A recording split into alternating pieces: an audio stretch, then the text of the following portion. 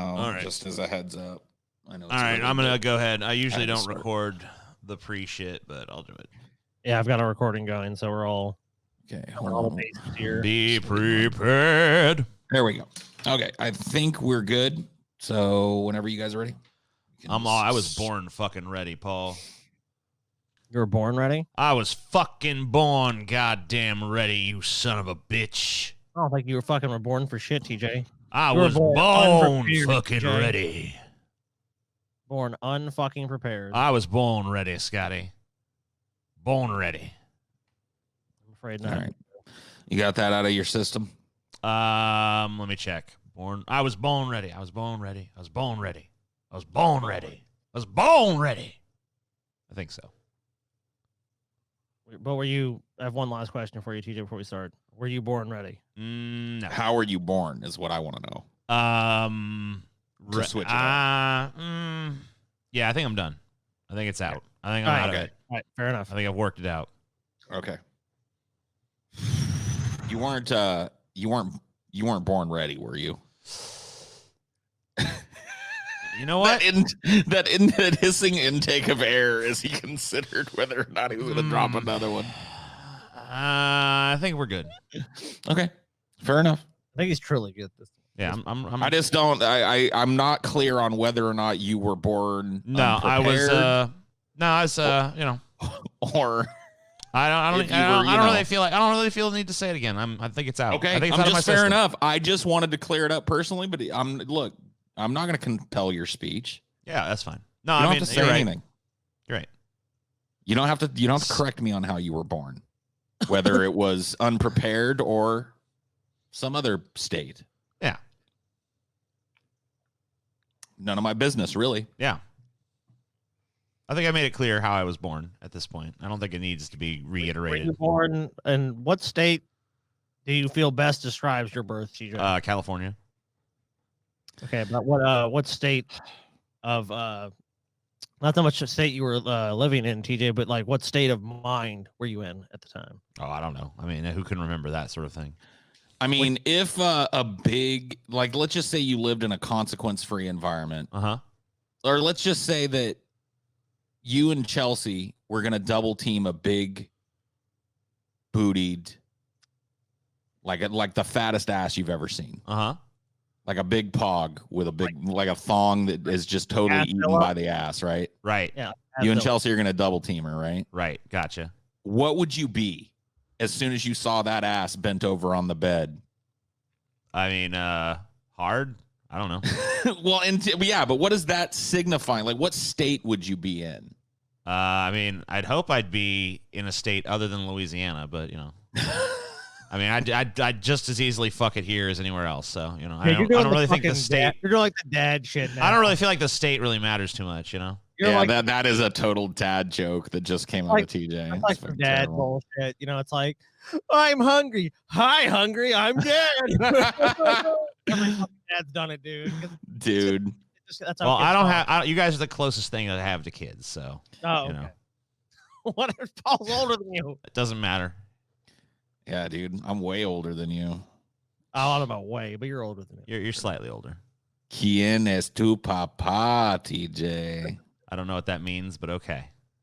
Yeah, dude, if you're our fucking dad, then we want some shit, dude. We want some fringe benefits, man. Yeah, seriously. We're thinking about. I want a fucking allowance, number one. Yeah. Think about getting some games, TJ. I think this Steam's summer sale's on. Me and Paul. I'm gonna need you to pre-order that PS5 too, Dad. Because you know, and if you get Scotty one, you better get me one because it's not fair. Oh, you think I'm that kind of dad, huh? I know exactly what kind of dad you are. You're the kind of dad that eventually would break because I would wear you down. That's why you having children should never happen, because you're probably right about that. Yep. You would just be you would see the money that it would take to get the child to shut up and the time it would take to teach the child that they can't have everything, and you would make the money decision. You're very right about that. Yep. So why are we here, Paul? What I mean, I don't know why you're turning to me necessarily. This was your fucking idea. No, this was not my idea. Yes, it was. This was born because let's get this straight. Okay. Yeah, it's not true. This was born because we were discussing what to do for our movie commentary this month. Uh-huh. And I mentioned, we were talking about movies that we had recently seen. You guys mentioned movies that you had recently seen. And I mentioned that night before I'd watched Total Recall. Right. And then I think it was Scotty, actually, who said, we should watch the fucking remake, dude, and watch the original and see how they compare. So, yeah, TJ, how'd it feel being ninth gate again, dude? Yeah. Sorry, Dad. So, yeah. Didn't mean to step on your toes, Dad. I want to say this. When it comes to having to watch the Total Recall remake, I was not born ready. I don't think anybody is. I was born unprepared, and I've remained unprepared. Dude, as someone who saw it in theaters. So let me just say, can I do a brief little story? No, here's the thing. Yeah. We are going to talk about the original first, TJ. Okay, that's fine. But I still want to tell this story really briefly about this remake. Because it's not about the remake. It's just about how long I resisted. Okay.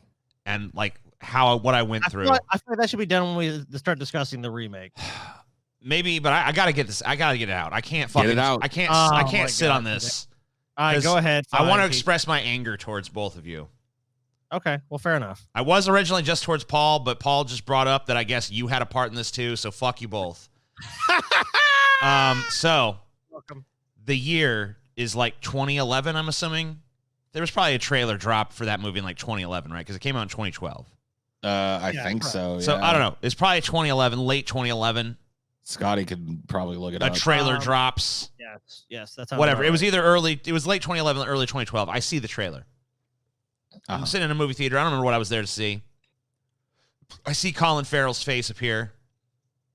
I cringe a little. I die a little inside, like I do every time I see his fucking mug. I've really not liked Colin Farrell in pretty much anything. Yeah, he's horrible. And so anyway, I see what's happening, and I see it's a Total Recall remake, and my soul dies. And I say to myself, I will never see this. Uh-huh. And I didn't. And it came out, and I think someone offered, like, hey, you want to go see the new Total Recall? It might have been Scotty. Yeah, it was me.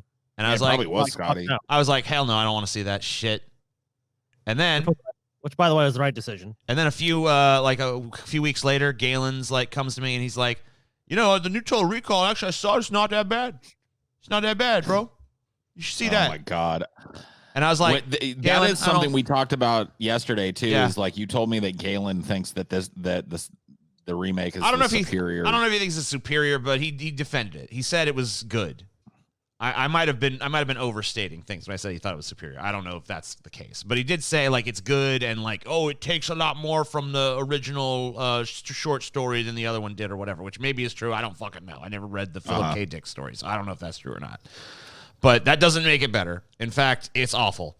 And I fucking resisted for years and years. I'd had opportunities to watch it. I'd seen it. I'd scrolled past it, all this shit, and I'd never fucking done it. And who can blame you? And every time I resisted because I knew exactly what it was going to be, and I guess we'll get into that later. But I just want to say that everything I thought it was going to be, everything that kept me from watching it was true, and it was worse than I thought, and fuck you both. All right. Well, thank you, TJ, for destroying the suspense of the episode by opening with your thesis on I don't think no, there's no thesis. I haven't begun my fucking thesis. I just wanted to let you both know, fuck you. I just want to quote the great movie Moana. Yeah. What can I say? But you're fucking welcome, bitch. The great movie Moana, huh? Okay. All right. So well, let's shelf that and watch this fucking original, I guess. Yeah. How do you guys feel about watching the original trailer to start us off? Go ahead. Well, there's no sound yet. Yep, we're good. Yep, got it.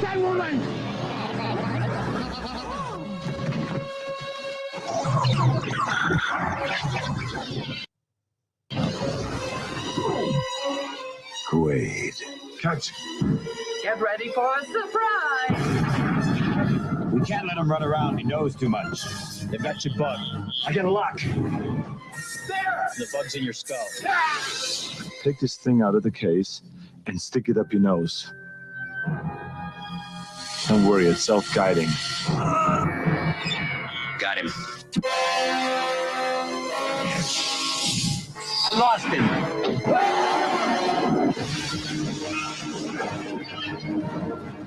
Welcome to Mars. You got a lot of nerve showing your face around here. Look who's talking.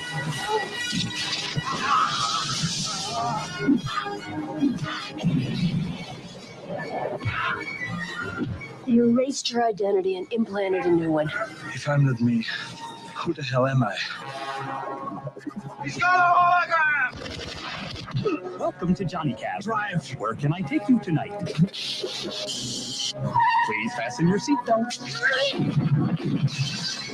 I want clay delivered alive for reimplantation. That's for making me come to Mars. You wouldn't hurt me. After all, we're married. Consider that a divorce.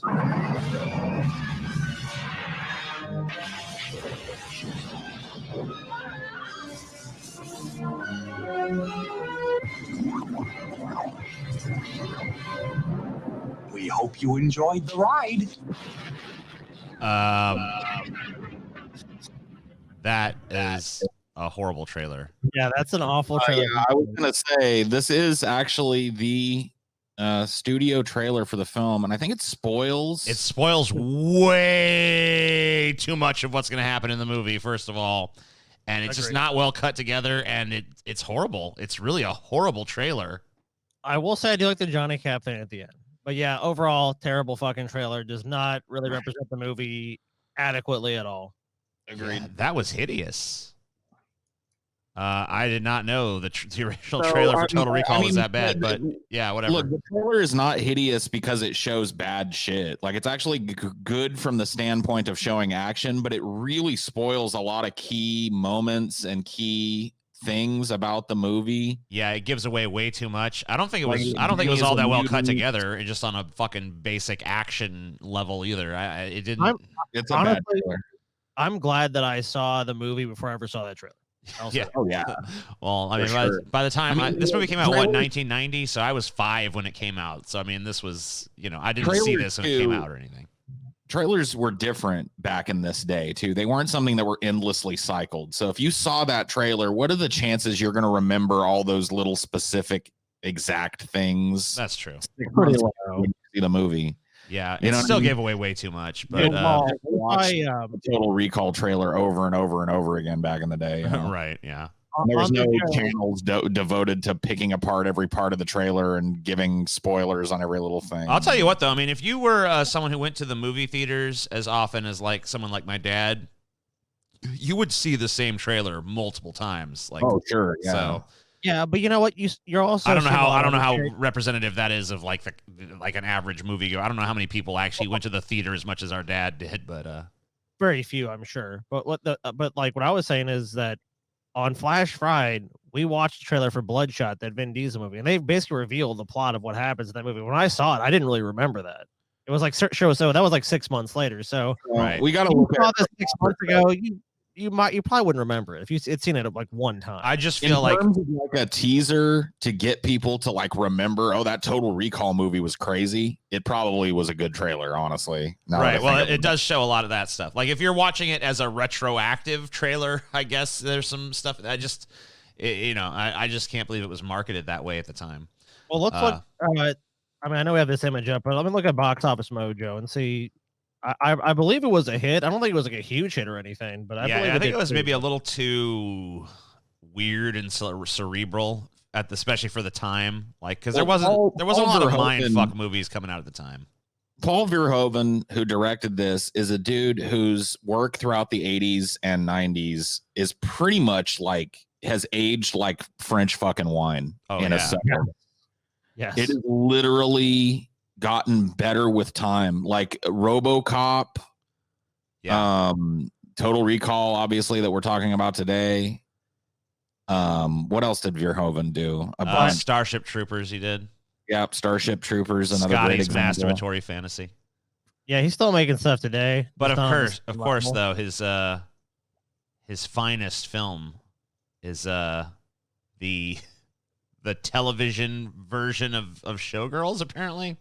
Oh God, that's pretty terrible. No, he actually did direct Showgirls, but he did it as Jan Jansen because he was ashamed. So Yeah, he did. Yeah, he went down like he did in 2000 did Hollow Man. Hollow Man is not a bad movie. It's not. It's not a really good movie. It's not a great movie, but it's. I don't know.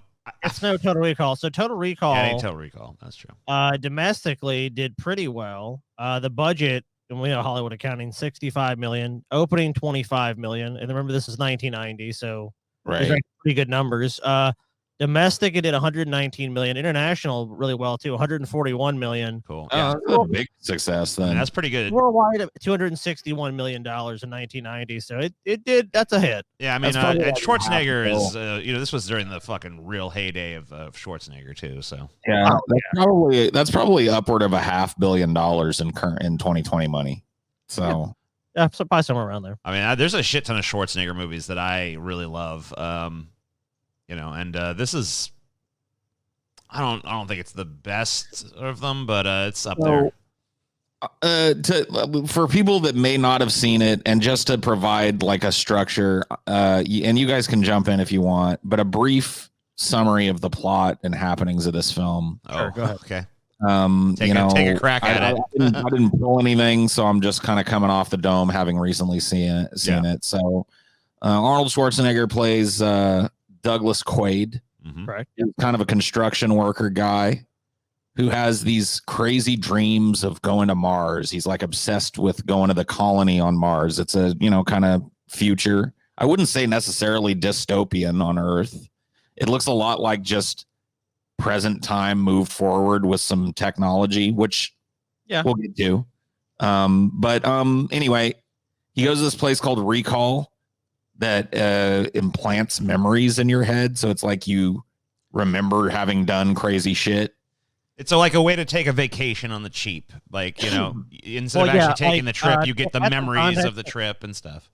To add some context to that, it's basically like, the way they sell it is like, are you over the hill but have always dreamed of like walking the mountains of Mars? Like, this gives you a way to experience all these things on the cheap and things might not be able to physically be able to do. You can climb Everest. You can be a superhero. You can, whatever you want to do.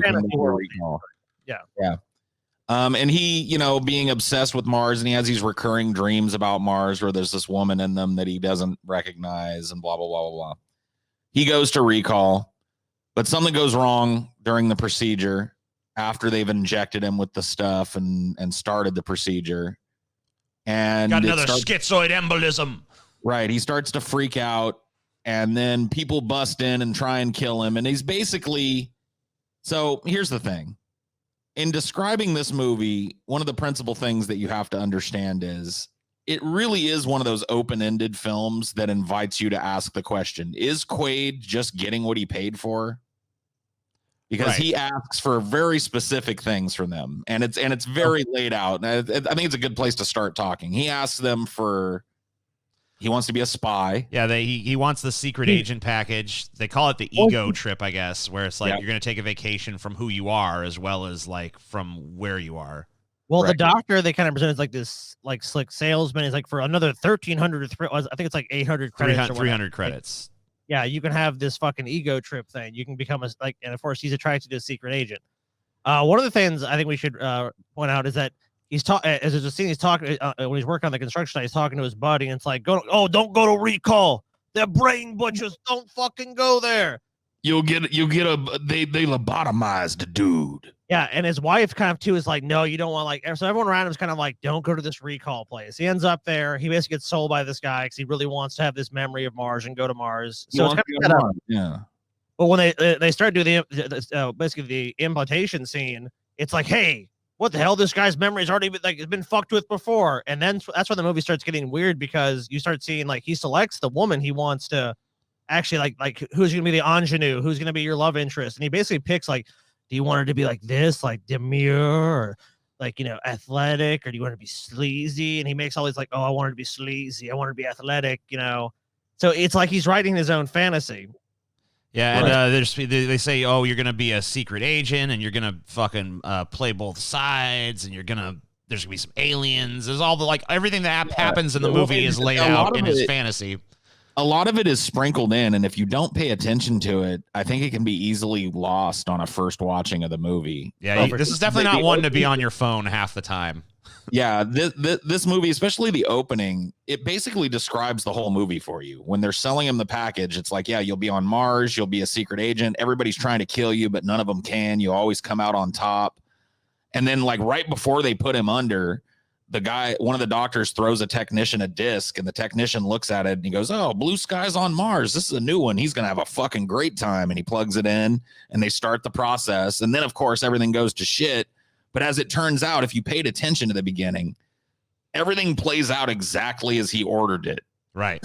From Recall. So then there's this like, but you know, there's like a lot of stuff to like cast doubt. Like there's like the movie does a lot of work to make you question what's really happening, because there's a lot of stuff that like goes against the idea that this is just his recall, but there's a lot of stuff that goes in favor of it too. And they do a pretty good job of balancing it out where you're not really ever quite sure. There's like an ambiguity that hangs over the entire film right till the very end.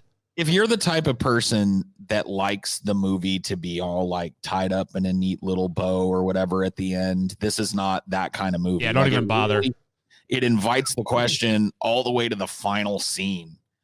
In the final scene of the movie, Arnold Schwarzenegger is standing on Mars with blue skies with no helmet on because it's now got a total atmosphere.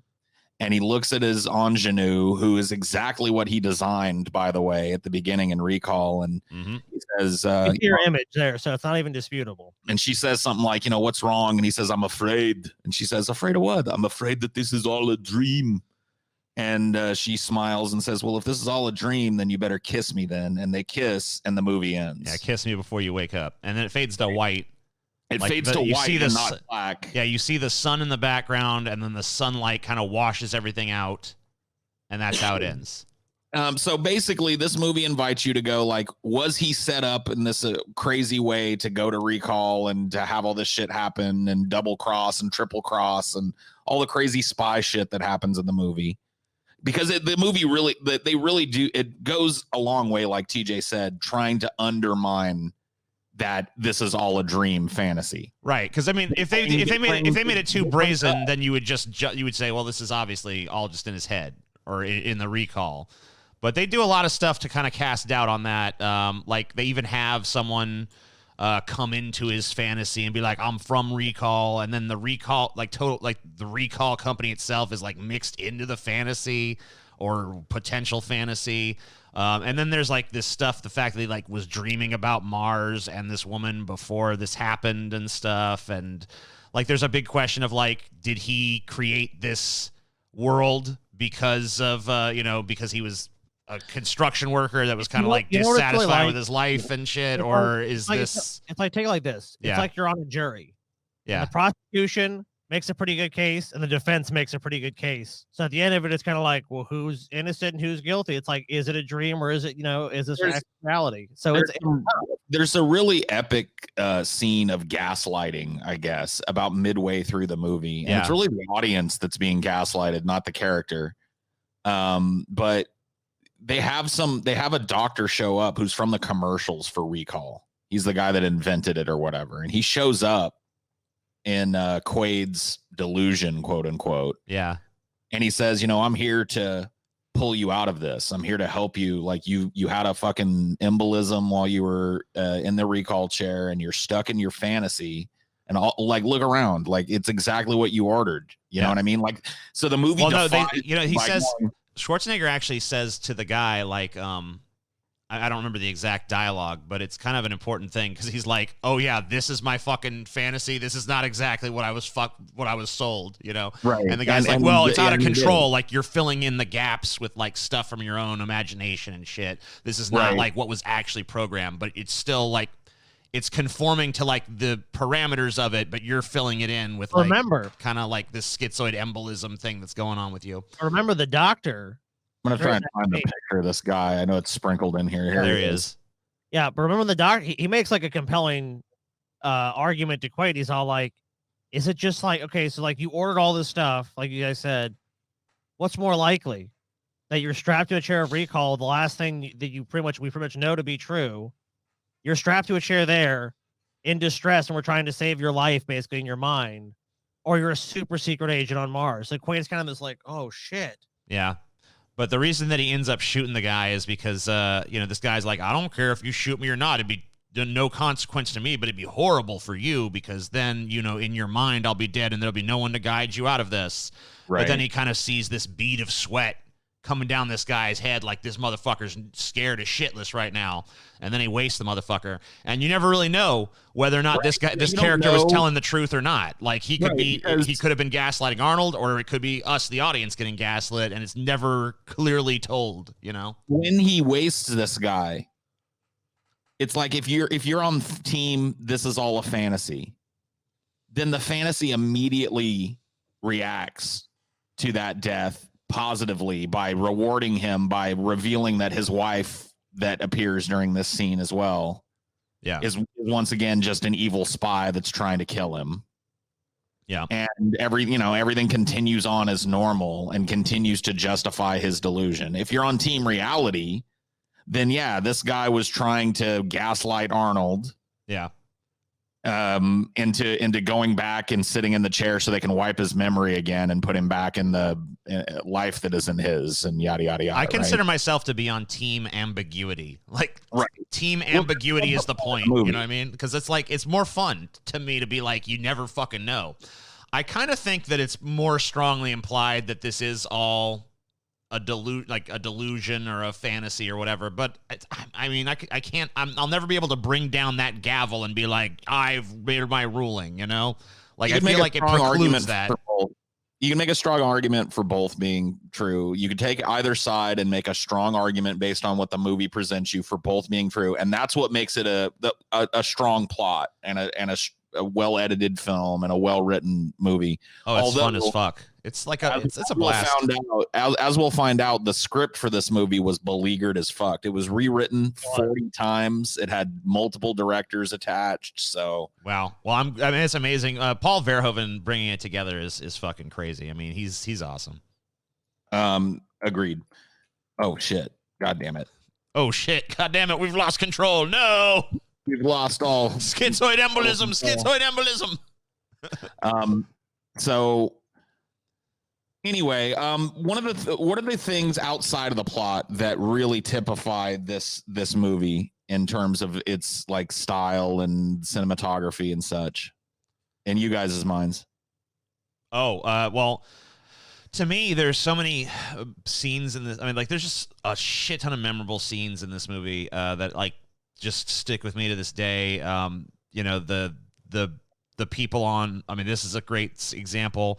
Arnold removing the tracking device from his own skull. The tracking device is this huge, bulbous, horrible thing, and it looks like sheer agony to fucking remove it. And this is, of course, like a really good animatronic head here. And there's a lot of practical effects in it. Which this is really great. Top tier fucking puppetry or whatever you want to call it. Another weird little side fact, not to interrupt you, TJ. No, that's fine. This was one of the last movies in Hollywood to rely heavily upon macro miniature and practical effects. Yes, I noticed some of the miniatures when I was watching it. They were good. They weren't perfect. And also it's also one of the first movies to use CGI. Oh yeah, cool. Oh yeah, that's true. That's true. Which part does it use CGI at? Yeah, I didn't even notice it. I think the reactors really represents the straddling of that transfer from fucking practical effects to CGI. I will say a lot of the effects in this movie hold up really, really well. The practical effects are fucking great. I mean, that scene that was at the beginning of the trailer of the woman's head opening up in segments. I mean, like that's a great effect. Yeah, that right there. That's a great effect right there. I mean, that's a wonderful scene in general. And it's one of the ones that you walk out of this movie remembering. You remember them on the on the planet with their eyes bulging out of their heads, One thing to say of this movie too is with the number of twists and turns and different plot points and different clues, the pacing in this movie is really good. It feels like it just flows throughout. It's one of because like a lot of movies, like I feel like there's points you can go, okay, this is dragging now. Like this is a movie I don't really feel as like any real strong dragging points. I can watch it all the way through without a problem. Yeah. I know we live in a very distracted society now, so it's like a lot of times like, oh, I'll watch this movie later. It's a movie like if I put on, I'm usually just able to finish it. I don't have to go back. Oh, let me watch this again later. Let me pick this up tomorrow. Like it flows so well, and each scene it feels, and the characters in it and the scenes feel like it adds depth to the movie. It's not just like, okay, there's another stupid fucking character. It's like even the little side characters have very little going on. Like they're memorable. Like Benny. Yeah. He's the fucking totally memorable one. Like, yeah, it's like I got 5 kids to feed. I mean, we've got some of them here. We've got, I mean, there's Cohagen's great too. Cohagen, the his kind of like evil boss ? The villain of the film. The evil capitalist boss for sure. Like these people don't have hair. Fuck them. Like right. Really established well, and he has a really direct like and the reason I'm pointing this out is because later on we will see that this does not exist, but he has a really direct and tangible effect on the people that he's oppressing. Yeah. And that is important to driving the film forward. So we've got his sidekick and love interest in the film. I can't remember the name of the actress that played her. The actress is named Rachel. I don't know how to pronounce her last name. It might be Ticotin. It might be Tisotin. I think it's probably Ticotin. Something like that.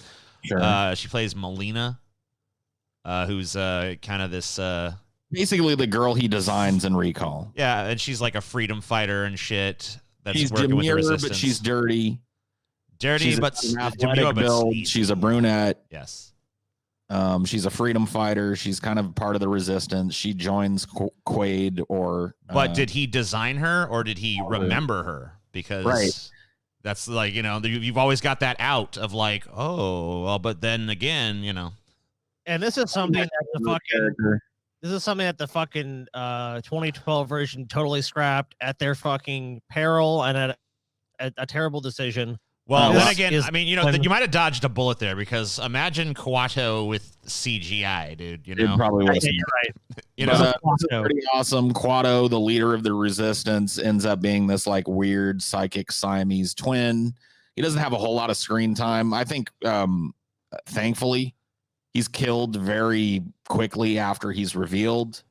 And I think that's smart because the puppet is cool, but it's not cool enough to be a character in an ongoing. The reveal of it is cool. He's used effectively. Long enough to be creepy, and then he dies. You know. Okay, so that's the end of the pictures that I've got for it. Unless I put some more. Oh no, I do have some more in here. This is actually Paul Verhoeven and Arnold smoking a stogie in the fat suit, where he plays the big giant redheaded woman trying to sneak into Mars. I thought it was a pretty cool behind the scenes shot. So I would agree with everything both of you said about the movie. The thing that stuck out with me that neither of you mentioned was I really appreciated, and as we scroll through these pictures, you can kind of see it, how colorful this movie is from a cinematography standpoint. Mm-hmm. A lot of really, really bright, vibrant colors. Mars is a very dingy environment, but that never looks dingy. It's neon and it's got the costuming has color to it. I really appreciated how colorful the film was and how non-grimdark it was. And that might be because I've lived through like 15 years of being served nothing but like Christopher Nolan Batman level grimdark. Right. You know? And then another thing that's, you know, not just the actual colors and stuff, but there's a colorfulness to the characters. Like every character in this movie, whether they be a big character with a big role or a small character with a small role, has a defined personality and character traits, and they pop off the screen. And I mention this because all of that is completely absent from the remake. It's really, the action scenes are shot really well in this film too. And I only mention it now because we're going to talk about it in comparison to something where the action scenes are horrible. Yeah, a lot of my praise for this movie is going to come in the form of insulting the remake. I'll be honest with you, because like, honestly, it does bear mentioning. The action scenes are really well shot in this movie. They're spread out enough that it's not a total adrenaline bomb, but they're cool when they happen. There's some cool shit that happens. They're shot well. They're not heavily reliant on shaky cam or jump cuts to hide the principal action. It all looks good. It all feels good.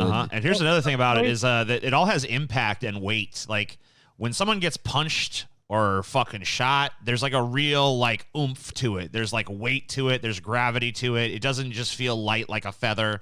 And we'll contrast that in a moment. Let's go into the scenes. Like, you can follow them. It's not some big spectacle, and they use the environment and the setting really well. With the fact that when Arnold arrives and he is dressed up in that costume and he's that woman, like when they break the fucking glass on Mars, like there's no atmosphere, so everyone's just getting sucked out. It's like it's pandemonium. Yeah, right. This scene here. So like this is that. So like the action in that scene flows really well with the story, and it lends to the story. It's not just like some big, okay, now they're fighting this person. Oh, this person's after him. Like, I mean, Arnold's being pursued up until this point, and they kind of throws himself back in the mix. So it's like, there's enough time period where it's like, it's not showing some lame scene, like here's Arnold getting to Mars now. It's like, he just starts with this. It's like, boom, now you're on Mars. This is basically the intro to Mars, and it's great. Yeah. I pulled this. I thought we could take a look at it. Sure. It's 25 things you never knew about Total Recall. Let's see. We'll see if we never knew this shit. Okay. Skip to the actual stuff. So Schwarzenegger was selected to play the title hero in RoboCop in 1986, but he was too bulky for the costume, and producers had to move on. After the movie came out with Peter Weller in the role, Schwarzenegger loved it and wanted to work with director Paul Verhoeven. They got together and found Total Recall. So I did not know that Arnold was supposed to be RoboCop. I did not know that either. And I'm kind of glad he wasn't, honestly. I mean, I don't know. Dead or alive, you're coming with me. He's pretty good at playing a fucking robot. I mean, we saw in the Terminator, but maybe it would have been too much of a repetition. I did read this, and I did not know this. Let's see if you guys did. Here's some people that were attached to the Quaid role at one point. Richard Dreyfuss. Yeah, I heard. I don't really see that. Jeff Bridges, Matthew Broderick. Oh my Patrick God, Swayze, Matthew Broderick. Ugh. Yeah, and Christopher Reeve were all considered at different times. I could see. I guess I could maybe see Bridges, Swayze, or Reeve doing something with it. I can't really see Broderick or Dreyfuss in the role at all. Did you know that there were tinges of Cronenberg in this film? Yeah, I mean, you can kind of see that. Well, he was attached at one point. Richard Rush, Bruce Beresford, and David Cronenberg were all attached at some point. Cronenberg wanted William Hurt to be Quaid. That's weird. But there is. I think there might be a little bit of Cronenberg DNA left in this movie, honestly. I think you may be right. Cronenberg worked on the script for this movie for a year, but was told his adaptation was too close to the original story. Writer-producer Ron Shusett told him he wanted Raiders of the Lost Ark Goes to Mars. Cronenberg's legacy does live on in the film, however. He came up with the idea of mutants on Mars and created the character of Quado. As soon as I thought of Cronenberg being involved, Quado was the first thing that popped in my head. So it really doesn't surprise me at all. You're correct. It doesn't surprise me. By the time Verhoeven got his hands on this script, it had been rewritten 40 times. Brutal. Oh my God, that's crazy. crazy. You would not guess that. Because it's a really tight script. Like I guess it needed to be rewritten 40 times because what we got was a really tight script. So anyway, Total Recall was like I think I told you guys about this. Yeah, one. you actually sprung this one on us already. The large scale miniatures. Yeah. Film was shot in Mexico City to take advantage of its futuristic look, and everyone those subways. That's why, they shot it there. And everyone but Schwarzenegger and Shusett fell violently ill from food poisoning during the production. Verhoeven even had an ambulance on standby at one point. Schwarzenegger survived because he had all his meals catered from the U.S. He learned his lesson making Predator in Mexico a year earlier when he got sick from drinking tap water. So a little blurb there. That's kind of funny. Verhoeven wanted Sharon Stone, pictured here, who played Quaid's wife, to show more skin during her love scenes with Schwarzenegger, but she refused. The actress did, however, pose for Playboy to coincide with the film's release. Women. So, little troll job there by Sharon Stone. On the Total Recall DVD commentary, Verhoeven said he got her back when they made Basic Instinct together the next year. Yeah. Well, she was definitely constantly naked in Basic Instinct. Yeah, I mean, not only that, but there's a scene. There's a really famous scene. Very famous beaver shot. Yeah. It was one of the first beaver shots in a film. So check out my beaver. Stone prepared for Total Recall by lifting weights and learning Taekwondo. Schwarzenegger called her the female Terminator on set, and the actress was inducted into the Stunt Woman Association as an honorary member. She does a great job physically. Yeah, in the movie for sure. She does. The fight scene between her and Arnold early on in the movie is pretty dope. Yep. Martial artist Cynthia Rothrock was considered for the role of Laurie. She found out years later that she didn't land the role because some of her would-be co-stars were concerned about being overshadowed by a female martial artist. So I don't know who Cynthia Rothrock is, but that's kind of weird. Yeah, it does seem strange. When filming the fight scene between Laurie and Melina, Verhoeven asked second unit director Vic Armstrong to choreograph it like a martial arts fight to convey the feel of two warriors fighting each other. Yeah. Verhoeven didn't want hair pulling and scratching. I fucking when I was watching last night, I was like, for a fight between two women in a movie that was made in 1990, it does kind of like it did kind of have that like they like throwing punches and really fighting, and because like during this time there was a lot of that sort of like cat fight. Ooh, it was all like everything was like a mud wrestling match. Oh no, it's a legit fight. So. He remarks on the DVD commentary that it's probably the first time in a feature film that two women fight with style as opposed to having a cat fight. Yeah. I don't know if it was the first time, but it was noticeable. For the on era, 3 occasions, different characters give the ending of the movie away. When Bob McClane pitches the secret agent ego trip to Quaid, he tells him he'll get the girl, kill the bad guys, and save the entire planet. Yep. We talked a little bit about this, but there's some instances that we didn't mention. Okay. When Dr. Lull tosses Ernie a computer chip, he looks at it and says, "That's a new." Yeah, I told you about the blue sky on Mars. Yeah. Blue sky on Mars. Yeah. And when Quaid threatens to shoot Dr. Edgemar in the Hilton suite, the doctor describes the entire third act in detail. Yes, he does. He pretty much, he's like, yeah, here's what's going to happen next. He pretty much does do that. Johnny Cab whistles the Norwegian national anthem. We're not sure why. Verhoeven is from the Netherlands. All right. Okay. Cool. Oh, by the way, that Johnny Cab is voiced by Robert Picardo, who was the doctor on Star Trek Voyager. I was watching this movie due to the stream that we had together recently, TJ, and I was thinking like this must be one of the nightmare films for Stevie that he can't watch. Oh my god, that thing is pretty creepy. Well, I mean, but this movie is filled with creepy, uncanny valley humanoid animatronics. So. But the Johnny Cab, I think, is the most terrifying. I mean, like, I'm kind of freaked out by the fucking Johnny Cab. I'll be honest with you. Let's fucking wreck whatever car Stevie has. Get him a Johnny Cab. Oh, hell yeah. The Johnny Cab is creepy, though. I'm going to be honest. Fuck yeah, it is. The body count in Total Recall is 77. I did not know. I didn't count, so that's kind of cool to know. During filming, a lot of animals were on set, including a 5-month-old cougar. Schwarzenegger had the big cat in his trailer, and it scared him by jumping on his back, but luckily he only wanted to play. Why there were a bunch of wild animals on set, I don't... Well, there was no cougar in the movie, so I don't know. There were no wild animals in the movie that I can remember either. But there's some rats. That's about the only ones I remember being in it. The film never mentions it, but the VHS cover of the movie says it takes place in 2084 AD. Verhoeven has never confirmed the year is accurate.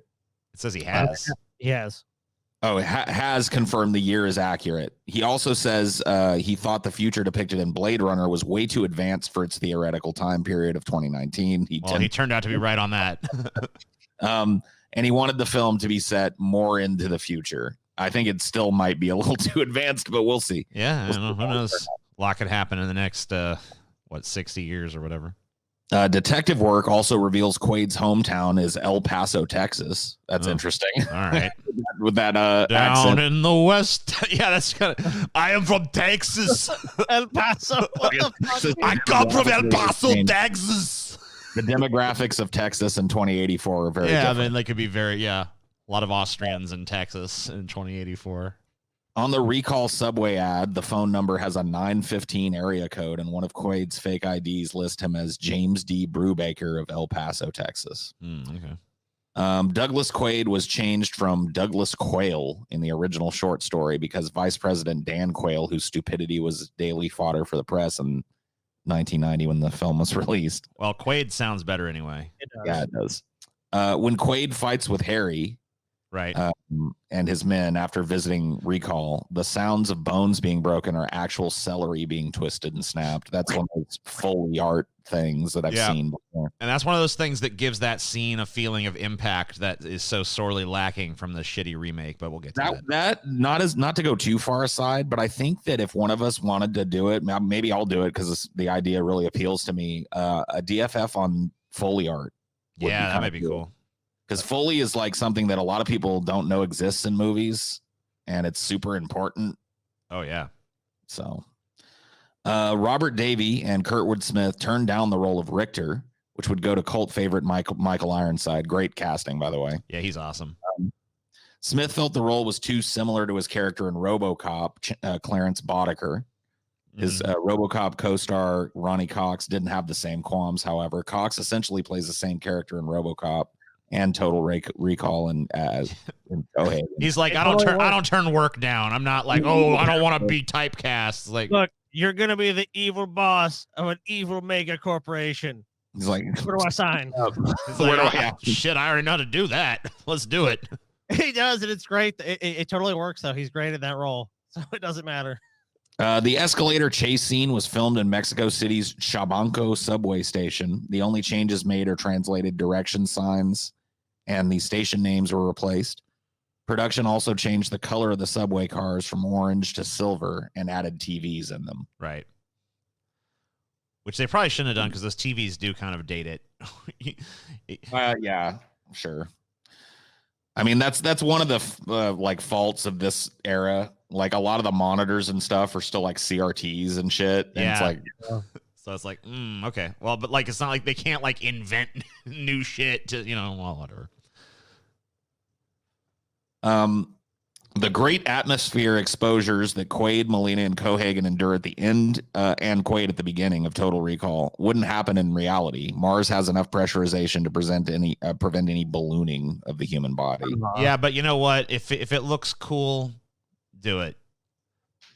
Yeah, I definitely wouldn't change it based on the fact that it's scientifically inaccurate. It's awesome. There's also awesome. Like several thousand scenes of people getting thrown through windows and shit in the movie, and no one ever gets cut by the glass. So it's so awesome that they show it to you in the first minute and a half of the film, and then end with it basically as the climactic moment of the film, and it doesn't matter. Yeah, it's great. It is. At the time, Total Recall was the second most expensive film in history. Wow. Rambo 3, I guess, had that title at the time. I don't know why Rambo 3 would cost that much. The original cut of the movie was X, rated by the MPAA for excessive violence. Some scenes were trimmed, different camera angles were used, and an R rating was issued. Let's get that original cut, please. Yeah, Paul, you're still out there. Fucking let's get your director's cut. Yeah, I want the Verhoeven director cut. In the final scene, which fades to white, was left intentionally ambiguous by Verhoeven. So we talked about this. Yeah. We knew, 5 or 6 of these, but there were some cool little facts. There's definitely some neat little facts. But to be honest with you guys, that was really all just me putting off the inevitable. Well, hold on. Let's can we do one more thing on the original? I have if you want one more thing on the original, TJ, you can have as many things as you want because I want to stall for as much time as possible. Okay, so there's just a couple things. Just actually got 2 things. One, the 3-titted lady was good, but 2, I did want to say, I did want to talk about, I don't want to just suck the movie's dick purely. I want to fucking have. I mean, there's some criticisms to be made of the original Total Recall. I think. Bullshit. Shut your mouth now. So, one thing that bothers the fuck out of me, and I don't know if this would necessarily bother most people. It probably doesn't. Yeah. But even if you give Mars an atmosphere, Mars is still frigidly, like, arctically cold. Like, the average temperature on the surface of Mars is like negative 81 degrees Fahrenheit. So, yeah, you're still dead. Just because there's oxygen. Like, okay, yeah, now you just freeze to death. But whatever. That's kind of a minor thing. This scene here actually kind of attests to something I think is bad in the movie as far as like the visuals go.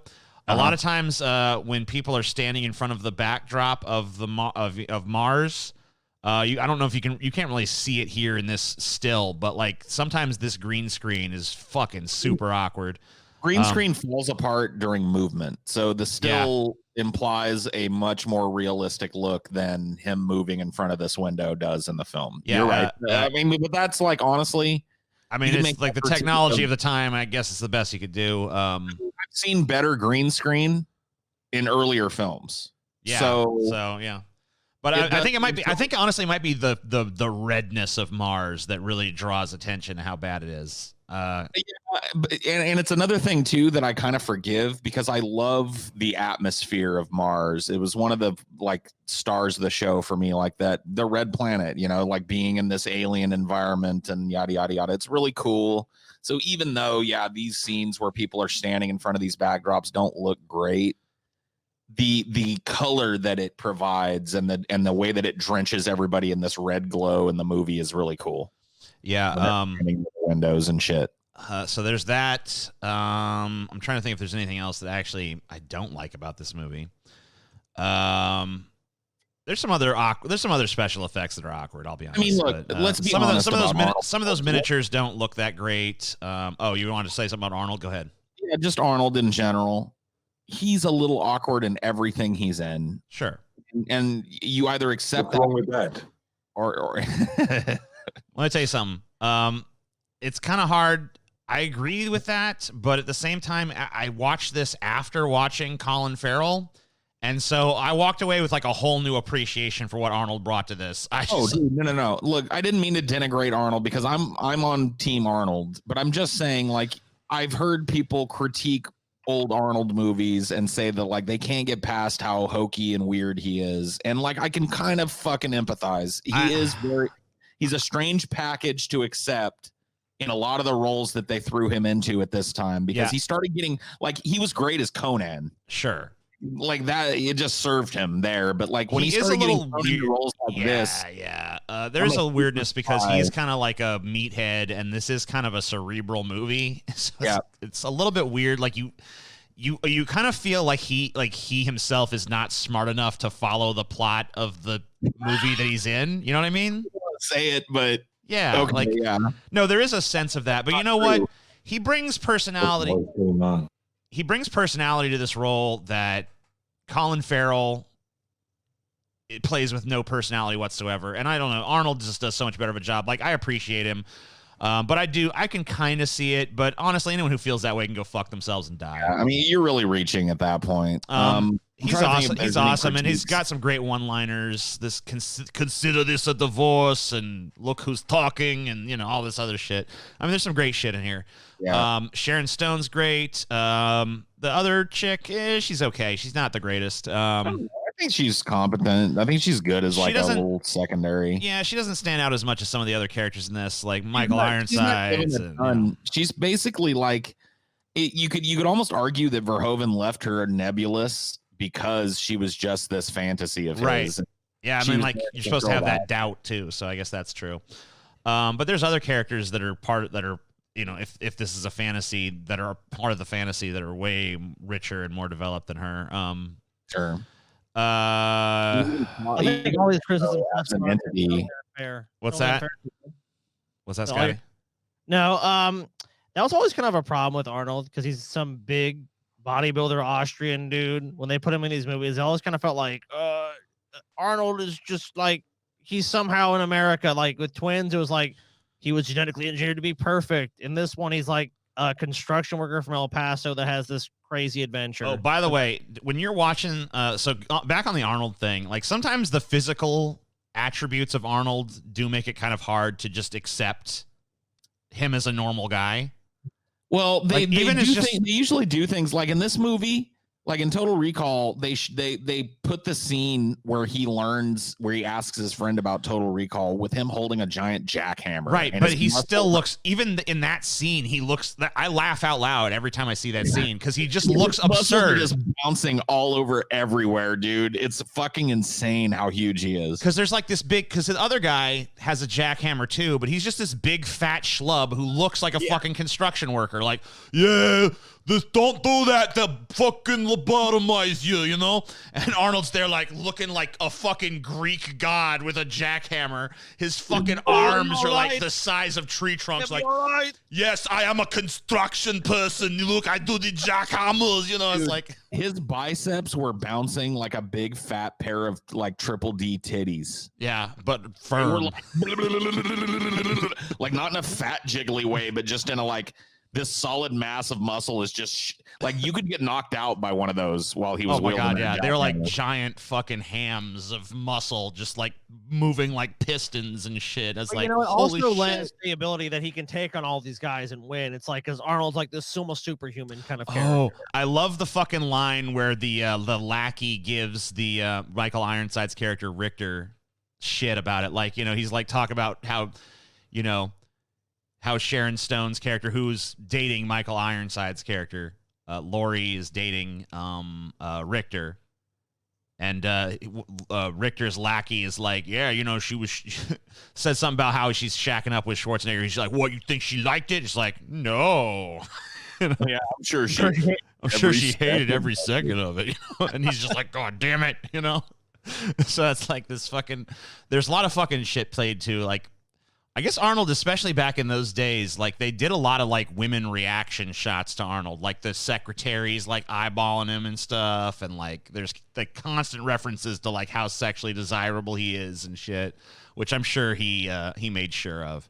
But Dude, of course, the freaking midget chick, remember? Like, oh yeah, she wanted to fuck. She's like, if you need any She wanted help to with fuck this one, Arnold. let me know, you know? the free titty chick wanted to bang Arnold. Like, everyone wanted to bang Arnold this movie. I think his buddy in that construction show was like, man, I'd fucking tap Arnold, you know? I mean, Like, I tell you what, if Quaid ever asked me to fool around or something, I'd do it, you know. yeah, that's pretty much I portrayed. don't know or anything, but if he wanted to, like, you know, jerk off together, have me jerk him off and I jerk him off and he, you know, whatever, like, I'd do it, you know. Oh yeah. No homo, but did you see those biceps bouncing around on that fucking stand next to that every day, man? And let me tell you, I don't sweat from the wake. Yeah, dude, that was Robert Costanzo as Harry. Kind of like a poor man's Danny DeVito, but he did a good job. Yeah, he was fine. I mean, he didn't have a huge role in the film. Yeah, was but just- he was what he needed to be. Yeah.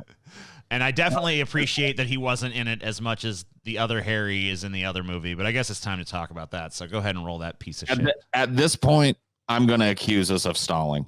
Yeah, we're stalling now. Unless somebody has a final word on this film that they want to get out, I think we need to move on. Total Because- Recall is a masterpiece. It's probably my second or third favorite Schwarzenegger movie. You It's gotta see worth that watching. You should watch it. If you haven't watched it for some reason, Watching this has probably seen it. the 1990 Total Recall, great fucking movie. Excellent. Okay. Stalling over. Go ahead. Without further ado. Moving on, gentlemen.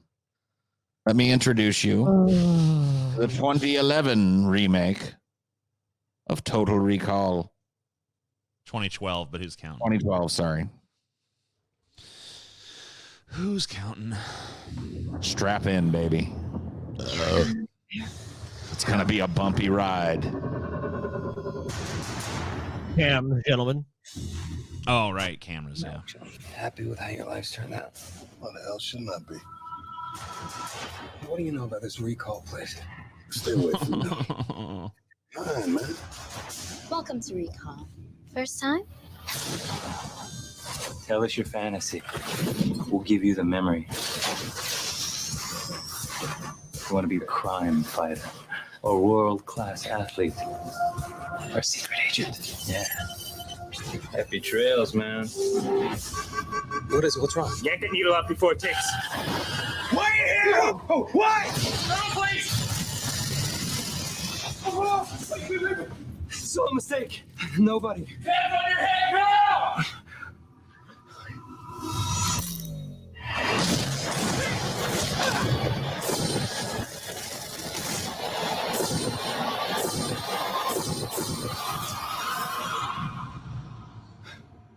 Oh my God.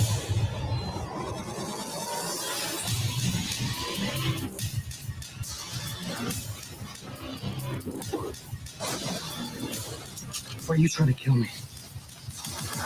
Your memory was erased. Your mind was implanted with a life you think you've lived. Oh, and by the way, you haven't even begun to see me trying to kill you. Get in. I'm looking for you everywhere.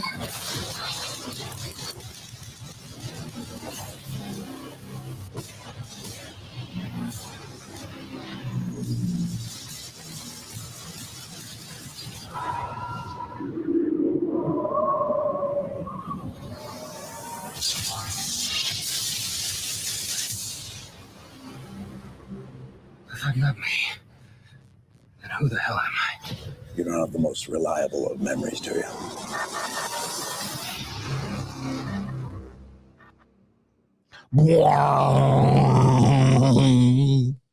What the fuck? Sorry. What? What the hell is going on?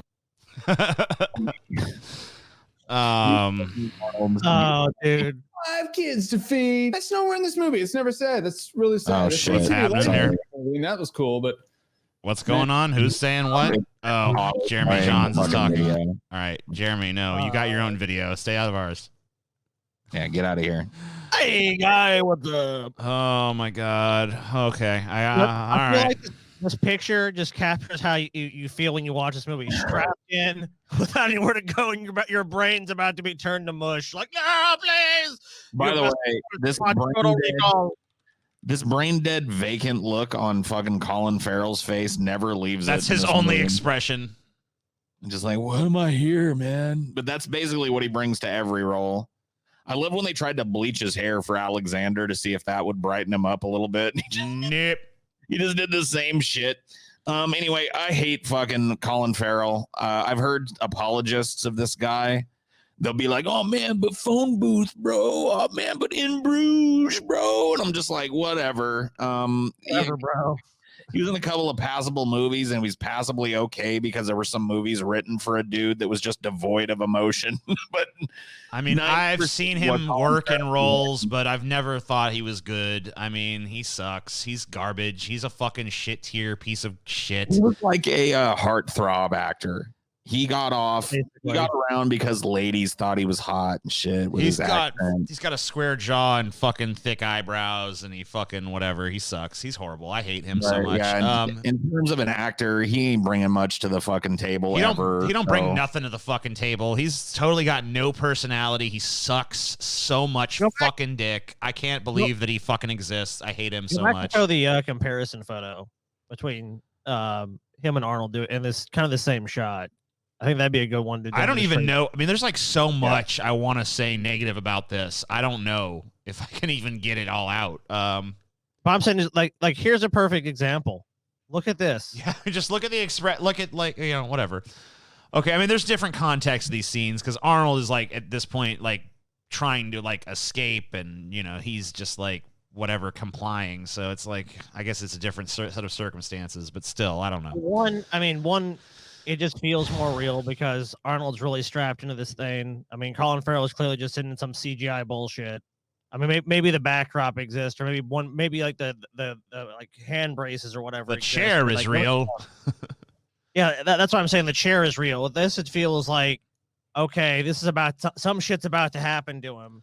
I will say, I'll give. Okay, so a fucking dump, dude. He could be doing anything. Like, there's not like any sort of like thing to denote like, hey, his fucking his mind is being scanned and probed, and memories are about to be implanted.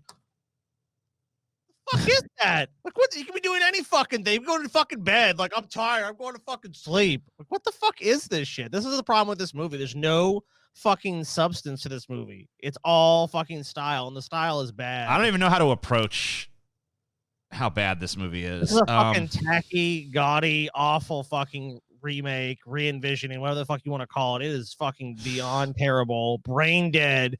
Starts off like the first thing you see in this movie is like global chemical warfare has rendered most of the earth uninhabited except for these two places, the United British Federation and the colony. It's like, and it's Australia and the Eurozone, basically. Yeah.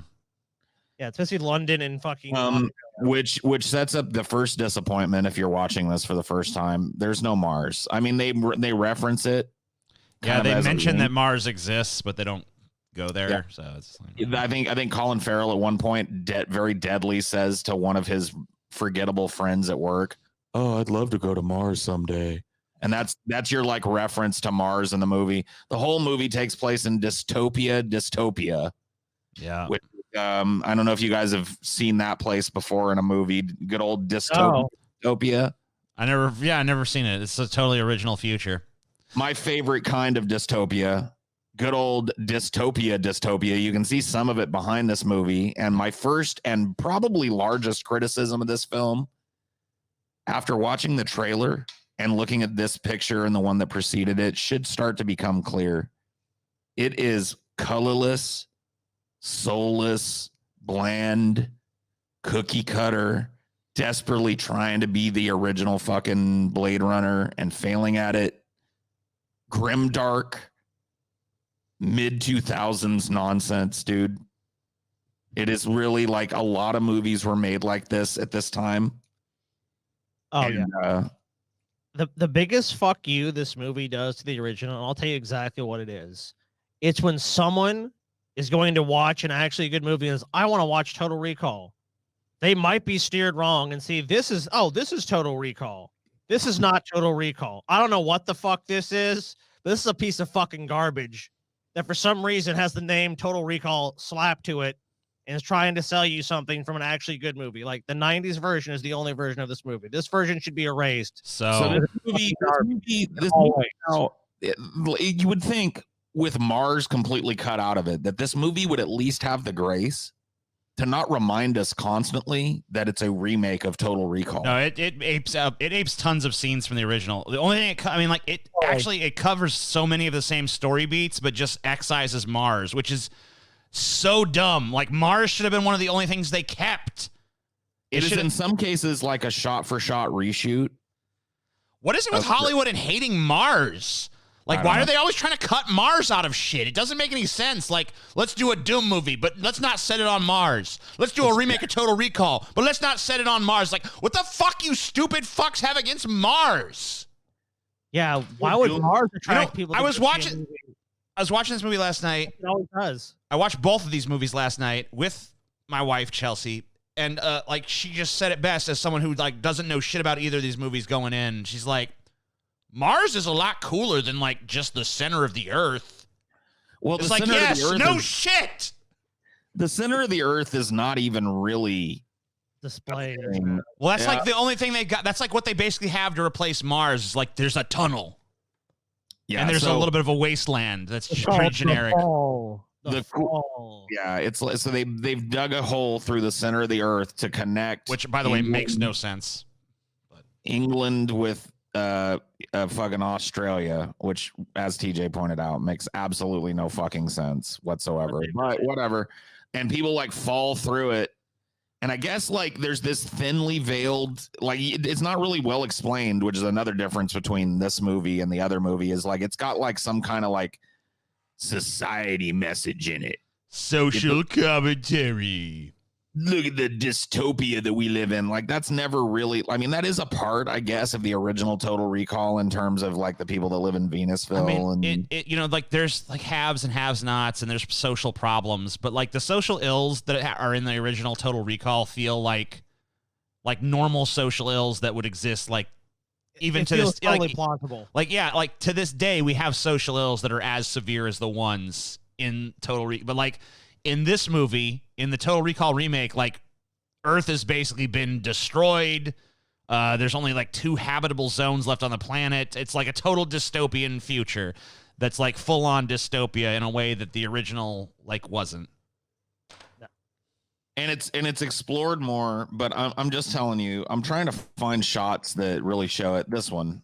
Oh yeah. This is a big reveal moment in the film where you get this long, probably like 5 or 10 second long, sweeping wide shot of Colin Farrell with his shirt off, standing on his balcony, looking over the establishing shot for where this movie takes place. Basically, he lives in a shithole. Just so underwhelming.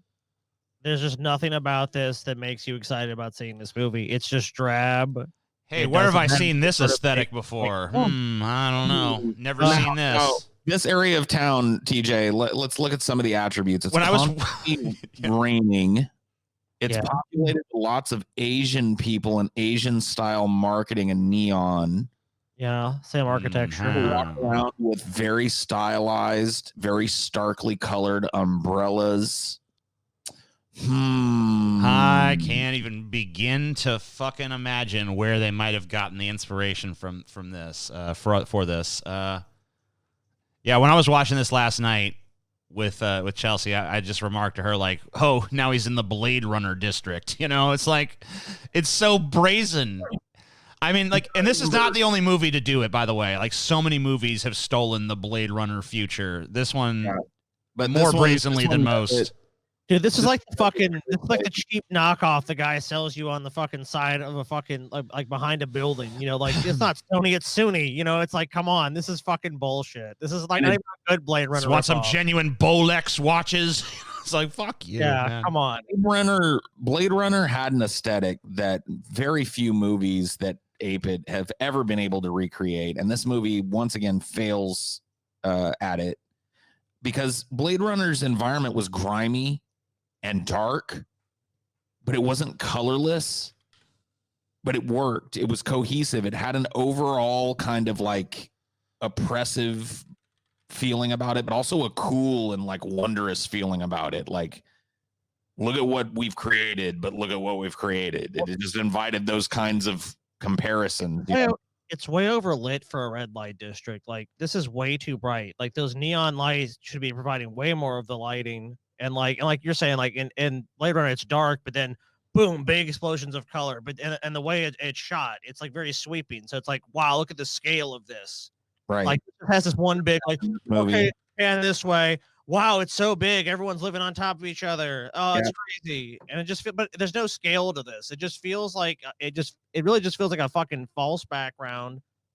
And like putting him in the perspective like this, it actually is focusing too much on him. If they really wanted this city thing to work, he just shouldn't even be in the shot. I mean, been establishing shots of just the city, absolutely guaranteed. Like that would have made this better, but that would have also required somebody with more imagination than the dude that came up with this fucking fanfic-looking dystopian city that is so devoid of color and interest. The river is literally shit brown. It is. Any opportunity to add color or interest or vibrancy to this society that has created this incredible inverted magnetic highway floating city shit, it's just gone. It's like, I wouldn't want to go here if this was the future. Also, fuck out. It looks horrible. It looks boring. Like, and maybe that was the point, but it's a shame because the entire movie takes place there in a horrible, boring place. You know what I mean? Also, a lack of color in the characters. Like, we were like, me and Taylor watched the marked on the fact that, like, when we were like he's playing the piano when he gets to his actual apartment, like, oh, okay, so there's actually gonna be some more to this guy. It's not just gonna be him doing this shit. There's actually gonna be some character development now to add something to him. Because like at this point, I don't care about any of these characters. Nope, it's just another clue to have another big speech. And like this movie just throws so much. It's either action or exposition. Take your pick. That's what you get in this movie. You have to get exposition or you get action. That's all you get. It's nauseating and it's just like it's thrown at you constantly. It's just a barrage. And then you kind of like breathe for a second. And then it's like, oh my God, we have to go here. And the resistance to this. And like everything's just so like, I hate the names of shit, like the colony, the resistance. It's so brain dead. There's no creativity to this fucking movie at all either. It's like the resistance. It lifts the resistance, which made sense on Mars. Like there was not like it established very well why the resistance wanted to fight Cohagen on Mars. Like he literally had control of their air. But in this place, the movie tries to establish this, man, it's like now we're economically oppressed, yo. Over here in the colony is like the ghetto, and then the Eurozone is like the nice areas of town, and the people from the ghetto have to travel. They have to commute, this long commute to work in the nice areas, but then they live in a shithole, man. It's just like now, man. It's just like totally unnecessary, totally flat social commentary that the movie does nothing with. And all it does to the movie is make it drab, uninteresting, colorless, bland, boring, full of fucking characters you can't wait to forget. Full of scenes that you've already forgotten, even though you watched it last night. Oh yeah. I mean, they give him like a buddy in this one too. That of course advises him like, don't go to recall though. It's the same. I mean, it's the same character. It's Harry. It's Harry, and this time played by a black guy named Bokeem Woodbine. Who is I like terrible. That guy, by the way, that guy played. He was great as Fathead in. Well, he might have been great in some other movies, but he was fucking awful in this. Yeah, he sucked in this. This movie's almost. I mean, Bryan Cranston sucks in this. Awful in this movie. I can't think of one. Kate Beckinsale. Everybody's terrible. Everybody's fucking just terrible. Do you guys think of any performance in this movie you thought was good? Because I can't think of a single fucking one. No, not one. The recall sales dude is just like, it's like him nerfed. It doesn't even feel like a sales pitch at that point. It's just like kind of like, okay. Oh well, you want to talk? I mean, like, there's so much. I can't even fucking like. I keep. Well, let's talk about. I will ask you about this. We all watched the unrated cut. Yeah. And this is something I think we can all. How do you feel about the 3 titty scene? It was fine. I mean, they did the 3 titties fine. I actually felt like that was okay. It wasn't like as far as updating it. That was it was fine. I mean, like, look, I'll be honest with you. The one thing I can give this movie, I agree with Paul that everything looks drab and colorless and not well designed and unimaginative. But I will say that like the special effects across the board were good. Like they held up. The CG didn't look fake for the most part. At least no more than like any other fucking movie that employs CG. I mean, a lot of those car chase scenes, like they didn't age very well. I mean, I feel like they held up. I feel like they held up pretty good, honestly. I don't know if I feel they have held up as well. I mean, I think I would have liked to have seen more practical, but it's not standout in terms of CG. Yeah, I feel like it was all pretty competent and not remarkable, but not bad. I've seen some terrible. I've seen some really terrible CG, and I didn't see anything that made me cringe. So, I mean, look, it's a major Hollywood production. The fucking CGI was done competently. Yeah. So hold on, maybe we could. Bryan Cranston is in it, guys. It can't be bad, guys, because Bryan Cranston. Look at him. Barely in this fucking movie. Plays Cohagen, guys. Come on now. Bryan Cranston is a good actor. I've seen him deliver some fucking great performances. This is horrible. He's awful in this. He is totally phoning it in. He gets about 2 minutes of fucking screen time smattered out through the movie. The character he plays is nothing more than a generic "moo-ha-ha, I'm evil." He's not even worth talking about. You're not going to see like Heisenberg here. Okay, this is bad. No, this was nuanced, TJ. Oh yeah, it was so nuanced. He's so lame as a villain that he's actually not the final villain they kill in this movie. Yeah, that's how lame he is. That's the status he's regulated to in this movie. Is he's actually going to be not the last villain killed. So he's like he's kind of maybe not in the main villain. Laurie is, even though he's basically supposed to be a dictator of the fucking Eurozone or whatever it's called, the United British Federation. I have no idea why they, whatever. So there was just like the original Total Recall, it begins with a dream. The dream in the original Total Recall is kind of cool. The one in this is horrible. It's like a seizure-inducing, terrible, sluggish action sequence that has zero impact. Terrible fucking action. Oh, it does. Remember the set impact piece. They both get shot through the hand. Yeah, big deal. Who That's how the cares? guy knows it's real. Yeah. That's another thing. This film is nowhere near as ambiguous as the other one. I mean, at the end, it pretty much tells you at the end of the movie, like, if none of this happened, it was all bullshit at the end. Like, it pretty much just like tells you outright, like, that was all just a dream. Bye. Thanks for your money. Yeah. Roll credits. It's sad too because like it's like, oh, is this real? And it's pretty much like, nope. And like it's just like a fucking total betrayal of the whole principle of selling you this Total Recall movie is pretty much just done away with. Well, look, Paul Verhoeven's version. I don't even know. Paul Verhoeven's version. Do we do it that way? It doesn't make any sense, and this is why this movie did not fucking succeed to the level that it should have. I mean, like, look, remaking Total Recall, I think is totally unnecessary. But if you're gonna do it, like they just missed the market. Oh, no Mars. We're not going to do that. Paul Verhoeven's version of this had balance. Well, his image for this was it was just a better vision.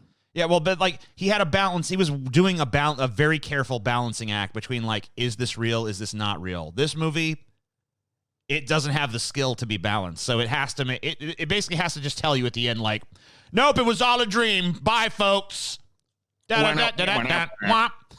That's all, folks. The action scenes in this movie, which there are like 1,000 of them, are so bad, so bland, so boring. They have zero impact. Everything feels weightless. That car chase scene you're talking about, when those cars like collide with each other, it just feels like two feathers, kind of like there's no impact. There's no oomph. There's no psh. It's just, oh, this object displaces this object, you guys. Oh, look at that. That's what wild happens. stuff. They chase them down. They get underneath a thing. They're basically attached to a road, which is basically on a building. They drop what seems like 500 feet down.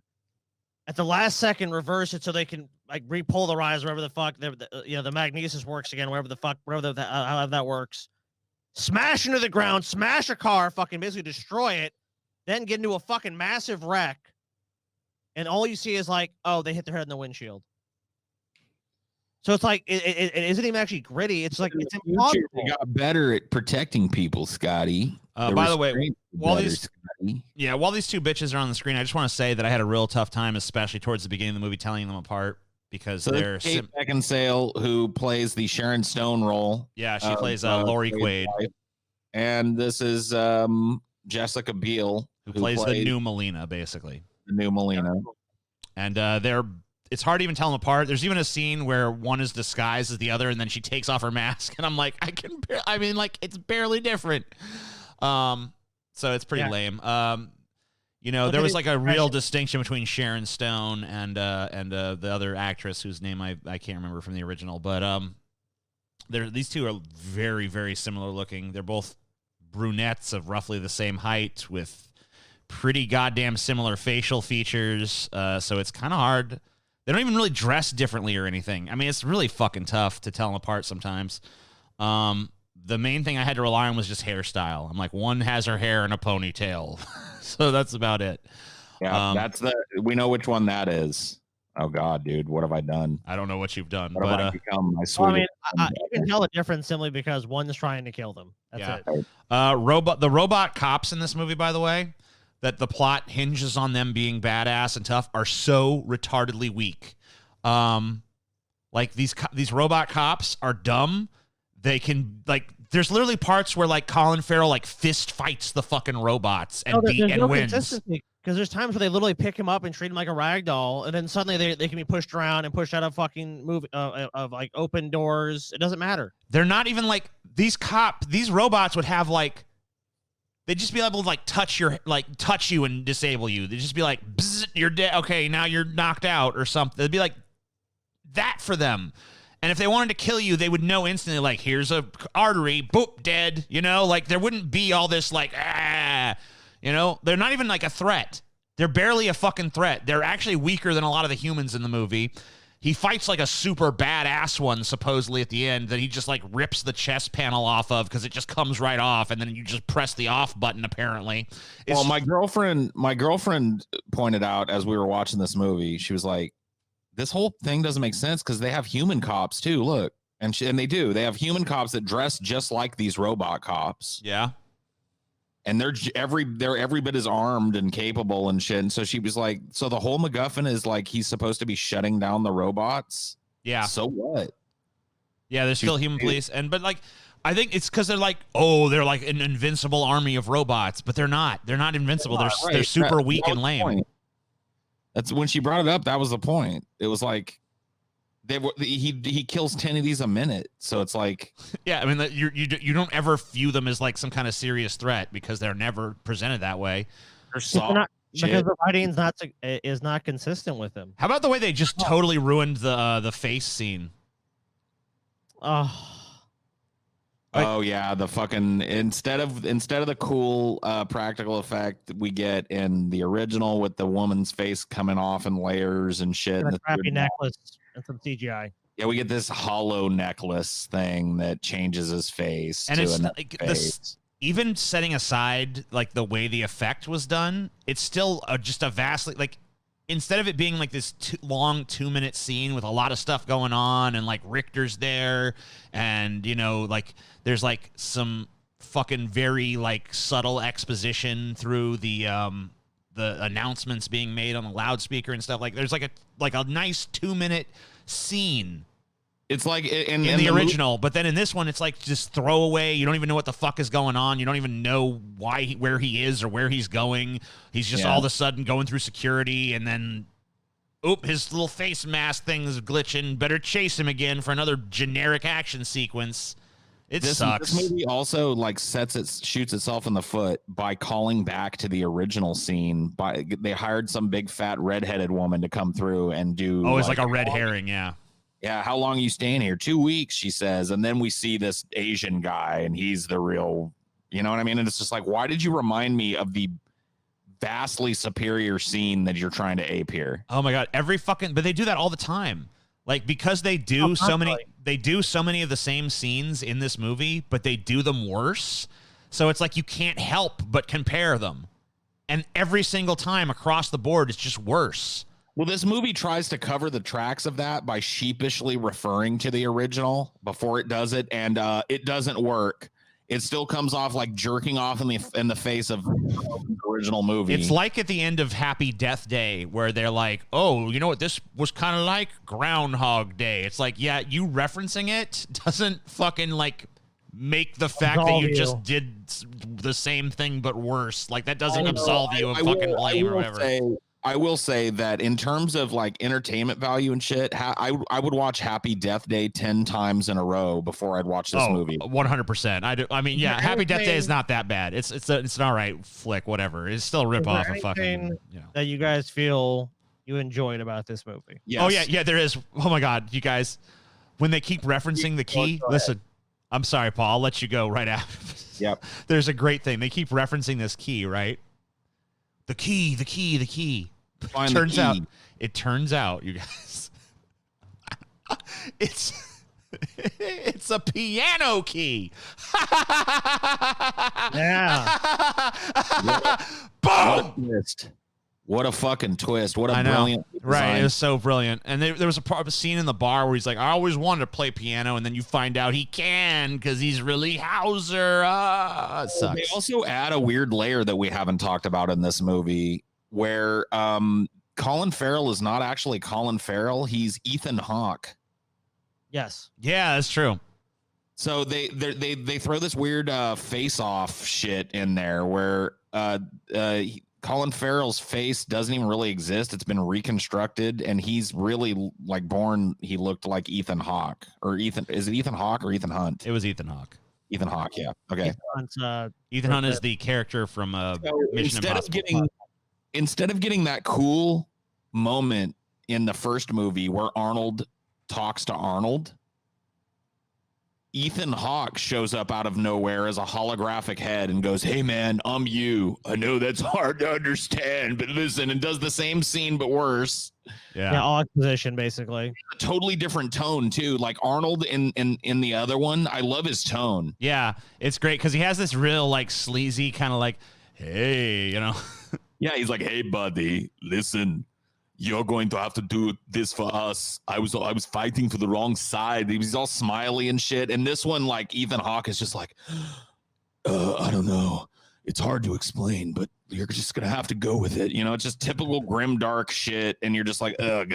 Just another example of this movie aping something from the first and failing at it. Oh, you know another thing that fucking sucked about this movie? The supposed uninhabitable zone it doesn't even seem that hard to inhabit. Totally it's totally habitable. Like, yeah, it's toxic, but if you wear a gas mask, wait a minute, I guess masks are fascism, so never mind. It doesn't. Yeah, that's true. No, if you wear a gas mask and you have like these little like they show the rebel headquarters, they got these little filter things they just kind of put on the outside of the building, and then the building is okay to be in. So yeah, rebel headquarters are in the no zone, as they call it. Yeah, in the movie. The no zone. But it turns out it's totally easy to live in the no zone. There's not even any fucking consequences. Like, so it wouldn't be called the goddamn no zone. Like call it the exclusion zone, you know, or the dead zone or something. The no zone. The reason I have to go there is because basically there's a the naughty place who was like the leader of the resistance. And basically, like, it turns out that just like the other one, they were using Colin Farrell to find Matthias and basically crush the resistance. Well, okay, so that actually comes to the one thing about this movie that I did like. It didn't shit on Quado. Yeah, it had the nerve. It just replaced him. Yeah. They just replaced him with a guy named Matthias, who's totally forgettable. He plays the vampire lord in the Underworld movies. Awesome, yeah. And a bunch of other shit. I've seen him as a character actor. He's not necessarily a bad actor, but he's just poorly written in this movie. And he's not psychic, and he's not a fucking mutant, and they don't even try it. They tease you for a second. They tease you for a second that you first meet him, but then it's like pretty clear, like, nope, I don't have the answers. You have to figure that out. No.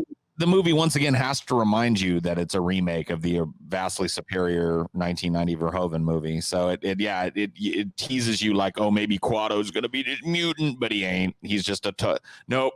In this movie, he's just a normal dude. Yep. You know, there's nothing ugly in this movie. What do you mean? Like, there's a lot of things that are drab, but there's nothing ugly. Like in the original movie, there was lots of stuff that was just like ugly, like the people's eyes bulging out of their skulls, and like the mutants, and like shit like that. There's nothing ugly in the new movie. It won't do anything that's gross or ugly in any way, and it's not gonna like.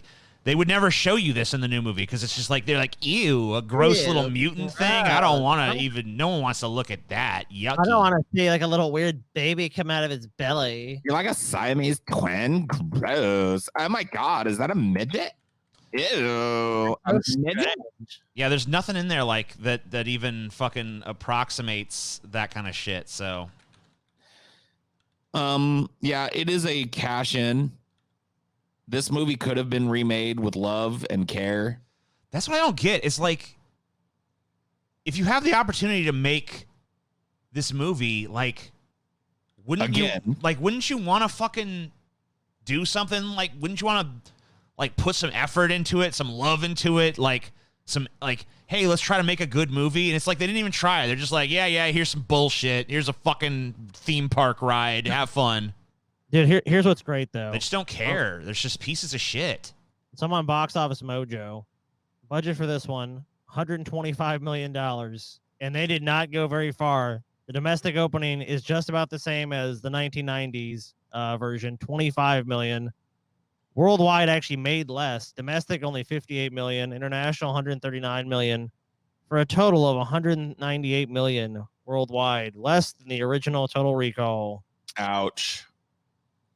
Oh man, spent more money and made less. Good job. I wonder why it made less, because it fucking sucked. It was unimaginative. It got rid of some of the best elements of the movie that fans of it were coming back to see. Replaced it with bland CGI bullshit. It had name recognition too. It had something an advantage that a lot of movies don't have. It has a fucking oh wow, Total Recall. That's a great movie. Oh, they're gonna remake it. I've heard of that movie. I'm interested in that kind of science fiction, fantasy thing. Oh yeah, that sounds good. I'll see that. And they couldn't get anyone in because they fucking made a dog turd. Well, they got the fans in. Here's what happened. They got the fans of the goddamn original franchise in, probably, because at the time the movie came out, the fucking market was drenched with this grim, dark, cybernetic future bullshit. It was like the hot thing, around the 2010s and 2011s and 2012s. It was all everybody was making. So fans of this movie went and saw it, shit on it like we all did. All the critics hated it, and nobody wanted to see it because of that, because they were like, oh, it's a remake of a movie that's, I'll just rent the movie that's better. See, like if they had found people, like here's an example that always comes to my mind. And TJ, I know you're not going to agree with this example, but I always loved The Lord of the Rings growing up.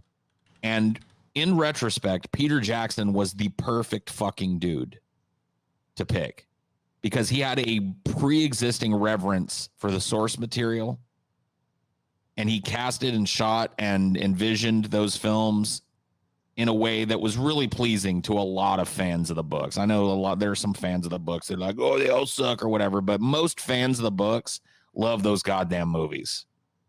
And it's because the movies were made by somebody who loved the property.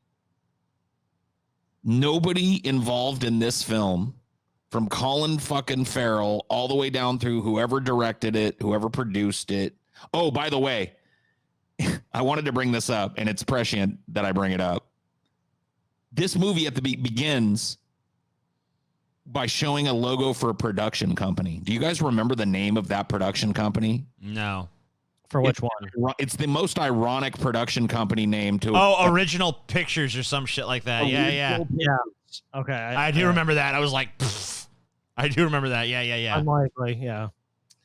But that's just the tragedy of this is like nobody loved the original. Nobody had any reverence for it.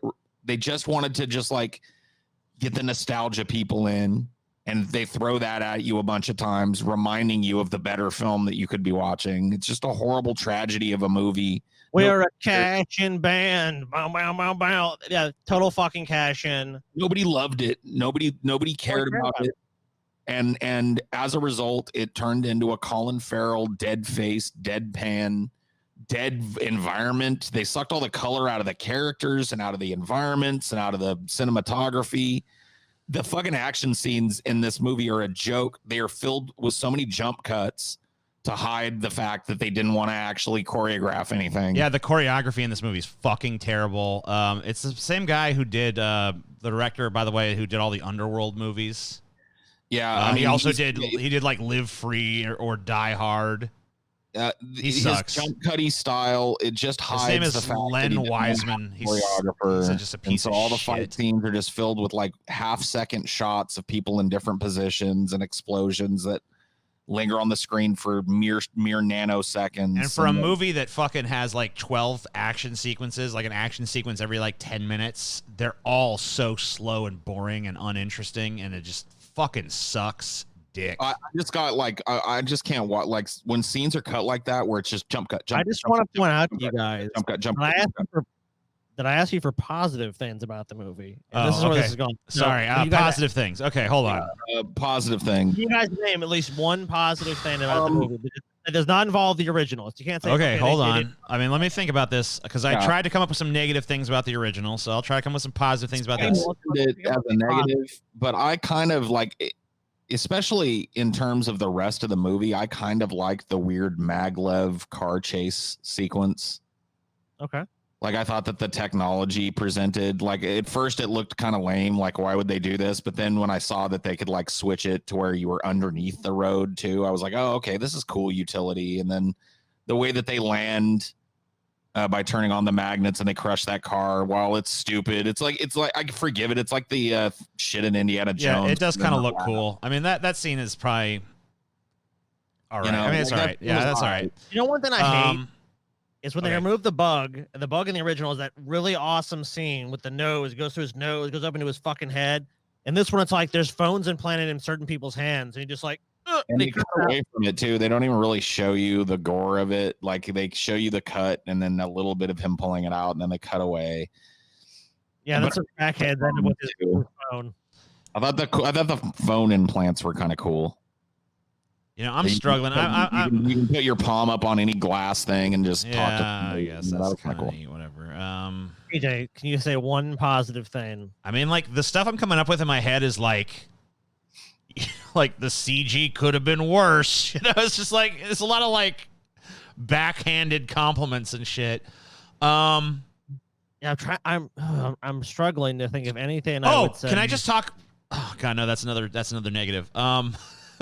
Okay, I don't like the environment better. I don't like the plot. All right, I got. This is not a positive. This is another negative, but I can't help it. I gotta fucking tell you this too. The actual facility of recall in the first one feels like an actual business that could exist. Like if that technology existed, that seems like how that business would be. Like it'd feel like kind of like a travel agency. He goes in, he gets a sales pitch from a sleazy fucking kind of like car salesman type motherfucker. You know, he goes through a whole process and stuff. You know, and it feels like a real fucking business. Yeah. Here, even though it's advertised nationally and there's like billboards for it and shit in the world, when he goes there, it's like this seedy underground place where like fucking Harold from Harold and Kumar is there with a bad blonde dye job and a gun and shit. Like, yeah, like we're gonna fucking, and there are all those stupid. I hate these fucking future monitors and all these movies where it's like these clear holographic monitors. Like, why the fuck would I want a monitor that's clear that just levitates in the air? I don't want that. Get that shit out of here. And I mean, I like it when it's done right. I like that shit when it's done right. I liked it the first maybe couple times it was done, but it's fucking stupid at this point. And why would I don't want a clear thing. I want a fucking solid thing if I'm looking at some monitor, whatever. I don't need to see what's going on behind and again, it. just want to point out, this is actually asking you something positive about the movie. The fucking recall facility in this movie sucks. Why would it be this dingy place? It has billboards. It doesn't even feel like a business. It feels like some shady drug den or something. Yeah. It's fucking retarded. I hate this fucking movie. There's nothing good about it. Fuck you. The only thing good about it is I didn't make it. You know, the only good thing about it is the fucking 9 years or however long it was, 8 years, I guess, that I managed to avoid watching it before your stupid ass fucking forced me to. Fuck you. You know what, Fuck this movie. Okay. Too bad. There's nothing good about it. There's not a single goddamn thing that's good. At all is the score. The original one has a great score. I can actually hear the score in my head. The score for this one, I have no idea what it would be. Just generic. I remember the score. You know nothing we've not talked about. It's so fucking overused in the remake. Lens flares, and What never players? in the right scene. They'll literally be at a bar talking. Oh, yeah. And like lens flare. Do you guys remember the name of the bar that they went to, by the way? What's that? You guys remember the name of the bar that Harry and Quaid drink at? No. You don't? What is it? It was about as creative as the rest of the movie. It was called Bar. It was called Bar? Yep. Good old They bar. drink at a bar called Bar. I mean, yeah, that's one thing that I don't think we even touched on enough is that this movie has constant lens flares at the wrong time. It's like it makes J.J. Abrams look like he's never used a fucking lens flare. Like almost every scene. It's lens flare city. And it's unnecessary. It's never during like scenes like a cool ship where like they're out in space or something where it's like, ooh, lens flare. It's like, man, you're having a conversation and my forehead is lens flaring for some reason. How about the scene where Harry comes to talk to Colin Farrell or Quaid or whatever? Like it was like analogous to the scene in the first one where they send in the guy from Recall, where he's the one who's sowing the seeds of doubt. And he's like, look, the way you gotta get out of this, you gotta shoot her, because she is the focal point of your fantasy, and that's gonna end the delusion, man. It's like, so dumb. I hate it so much. I hate that. In the 90s one, and it that almost scene felt goes like kind of like this Alice in Wonderland kind of thing. Almost like this like kind of whimsical, take the red pill, take the blue pill. It's like, you know, you have that kind of going on with that where it's like, okay. This one's just like ham fist, you gotta kill her. It's and he hands the gun back. See, could I do that? It's like, yeah, you could. And it goes on way too long, and it just sucks so bad. I hate this movie. Oh, what about that fucking chase scene on top of the cubes? Yeah, those were dumb. I hated that. And they scene. somehow survive it. Like it's like, oh, there's a bomb, and they're stuck in one. And they jump off onto this. Oh, and they used the Pokemon fucking Detective Pikachu logic with like how quickly like people could move from one place to another. Yeah. Like remember that scene in Pokemon the first movie where like Pikachu like falls off the building or whatever, and then like all of a sudden people are down on the ground when they were just up in the building. Like they must have some like speed of light elevator. Like in this, like Quaid and Lori get in an elevator, go to some random fucking floor in this building, and then even though Lori had just been somewhere else, now she's just there waiting for them. Like she knew the whole time that's where they were gonna be. I mean, there was like a tracking device, but still, like it still takes time to get from one location to another. No. Fast travel, TJ, because it's all a dream. Yeah, I guess so. I don't know. Fucking whatever. It sucks. It sucks so bad. There's no ambiguity. There's no character. There's no color. There's no fucking memorable scenes. Everything that was done in this movie was done better in the first one. They inexplicably get rid of Mars as a location for no good fucking reason. Oh, what about, dude? What about like wrapping this up? Like, okay, so the battle with Cohagen, who's not built up at all, is just like it's a nothing burger. It's just like, oh, I stabbed you, you're dead, Cohagen. Gotcha. Oh, but you're actually alive, so you can experience the fall and get burned to death. Okay, that's great. And then the Kate Beckinsale character, and we talked about this, it's like he's waking up, like Colin Farrell's character, or, you know, Hauser or whatever is waking up. Oh, I'm waking up. It's me, baby. Everything's good. And you're like, okay, it's going to be a fake out. Of course, it's a fake out. It's actually the Kate Beckinsale character trying to kill him yet again. And then he finally, and after all the shit they've been through, it just like unceremoniously blows her away. Yeah, he just shoots her in the head, which he should have done early on. Yeah, and then everybody there is just kind of looking at her like they got rid of the character of Richter. They just rolled her into Lori. They just kind of made that one character, which I didn't really care for that decision, but whatever. He shoots her, and then like, whoa, everyone's like, whoa, what the hell? There's like a bunch of people there, and it's like, oh, it's him. It's the guy that like saved us. Okay, well, he can shoot women. That's cool. We don't need an explanation for why this. It's cool. We don't need an explanation for why he shot this girl. He's the hero. He's the hero, so it's cool. Savior of humanity. Don't waste your time watching the remake. Just watch the original and rewatch the original when you start wanting it. Yeah, if you watch the original, and then if you start to feel the urge to watch the remake, just watch the original again. Yeah, because you'll have a way better time just rewatching it. Watch the original. If you decide to watch the remake, you're basically doing it to torture yourself. That's the only reason to do it, because I guarantee you, we watched the unrated version, which is about 2 hours, and it's about 2 hours of fucking. I wish I would have watched the other. I wish I would have just watched the shorter version, honestly. Yeah, anything they would have made the film shorter is. In my book is okay. I actually did unrated too, because I'm like, oh yeah, the extra titty. Maybe there'll be something. There was the 3 titties, but you know, it wasn't. Yeah, not worth the effort. Don't watch it. Don't do it. Don't do it. By the way, the 3 titty girl, at least in the original, had like some kind of role, like she had a part to play, and here they just throw her in. Like, remember the 3 titty girl? We got her too. All right. So rote, so joyless. Hey, I guess I can give it this. At least it was there in the unrated edition. Len Wiseman is a total fucking hack, piece of shit. There's so many people out there that have way better creative visions than him that are not fucking given hundreds of millions of dollars to make garbage like this. Not even profitable garbage. Hollywood is a piece of shit for propping up garbage like this. I hope that he gets fucking Me Too'd soon and vanishes. That's my final word on it. I'm fine with that. All right. Bye, everybody. Bye. See yous.